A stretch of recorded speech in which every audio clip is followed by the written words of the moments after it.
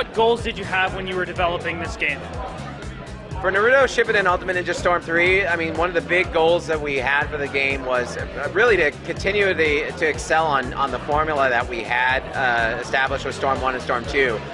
The development team, CyberConnect 2, they're really amazing at sort of bringing the visual cinematic aspects of the anime, as well as sort of the character progression and the story elements of the manga into one seamless experience. And so that is sort of their special formula of why this game has been so well received, and the fans have really loved it. So we didn't want to stray from that formula, but at the same time, Storm 3 introduces a lot of really exciting moments in the Shippuden saga, such as like the Fourth Great Ninja War and the Ninja Alliance and the Akatsuki forces colliding. So there's really amazing epic moments in the game, and we wanted to make sure that those were captured in their, the best way possible. And so that's definitely one of the big things that we focused on was delivering on these amazing story moments with really compelling gameplay.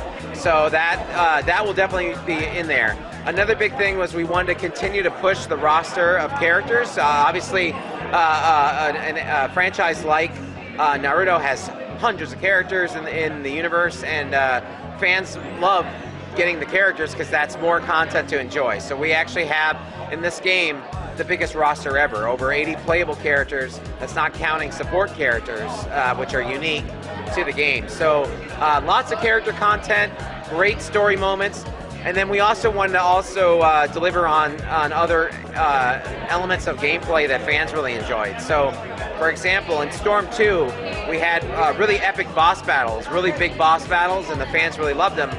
We wanted to step that up a notch in this game, deliver even more intense epic boss battles, really huge sprawling battles that you really feel like these are incredible experiences.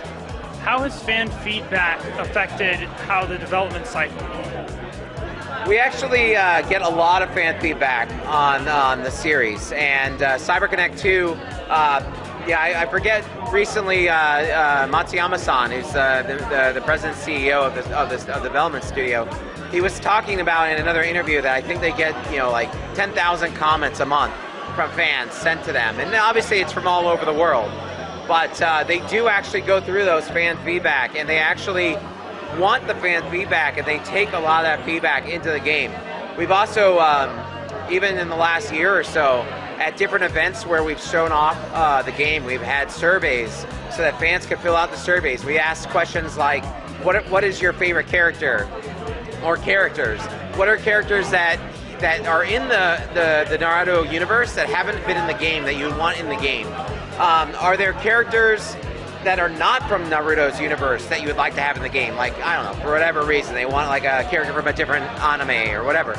We've taken all that feedback and we provided it after every event back to the development team, and some of that stuff got absorbed even into this game. So, for example, one of the things that we're showing off today is that in Storm 3, you can actually get an exclusive download DLC that gives you the Goku costume. But it's Naruto wearing the Goku costume, and this was partly based on the fact that fans kept saying they wanted to have Dragon Ball or they wanted to have Goku in the game, and so we actually worked it out to get that to actually sort of happen in the game. How has advancements in technology affected the development? The game itself is already a pretty awesome piece of art. I mean, the team has done a fabulous job of making a great game system, a great mechanic.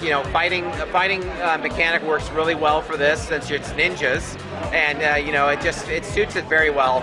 But they've also done a great job with how that experience gets wrapped with the storytelling, the character development, all the anime quality, the visual style, the faithfulness to the actual universe. They are professionals at doing this, and so we've had this great system for the Storm series, and the technology is at a point where it just keeps getting better. The visuals kept getting better. The amount of animations, the frames. I mean, everything is just, we're at a point where they can really deliver on this. Besides the characters, how does Naruto separate itself from other fighting games? Well, you know, that's an interesting question because there is sort of the old school fighting games school of thought. You know, like the games the fighting games we grew up with, where you know you've got maybe at most 40, 50 characters, and they all have a pretty complex moveset. You know, every one is different. Whereas Naruto has got hundreds of characters, and I mean, even in this game alone, you've got over 80 characters. And if you actually had the same level of complexity of movesets, this would be an incredibly hard fighting game because no one, I mean, aside from your favorites, you're not going to remember all the moves for the other characters. Whereas like all the old fighting games, okay, maybe I didn't play this one that much, but I kind of knew, like, if I do this move, he does that. If I do this move, he does that. You could kind of remember the movesets. So there's a school of thought of, well, should Naruto be a legitimate fighting game? And I think now it's actually getting a lot more credibility because people are starting to realize that even though this game is designed to have a maybe some people might argue a more simplified command set, but the fact that all the characters are so vastly different with their abilities, their specials, how they can attack, how they can defend. When you have support characters, picking the right support characters could really make a big difference.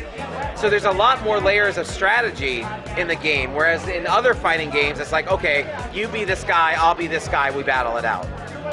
What kind of multiplayer aspect can we expect?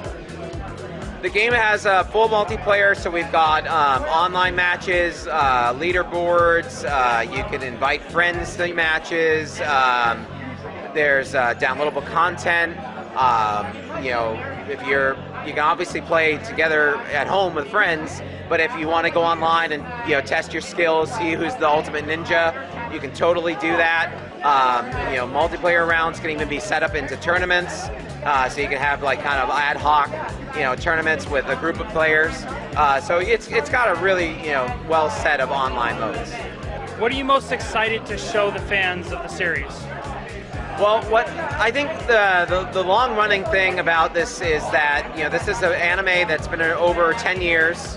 The manga's been hundreds of episodes, and for the last couple of games, we've been doing a little bit of catch-up, trying to deliver content that but fans may have already seen it. And it's really exciting that in this game we actually have points of that's happening in the storyline that is actually unfolding even right now in the actual franchise. So, if you're still kind of back, a couple 50 episodes back, you might want to do a little bit of catching up before jumping into the game.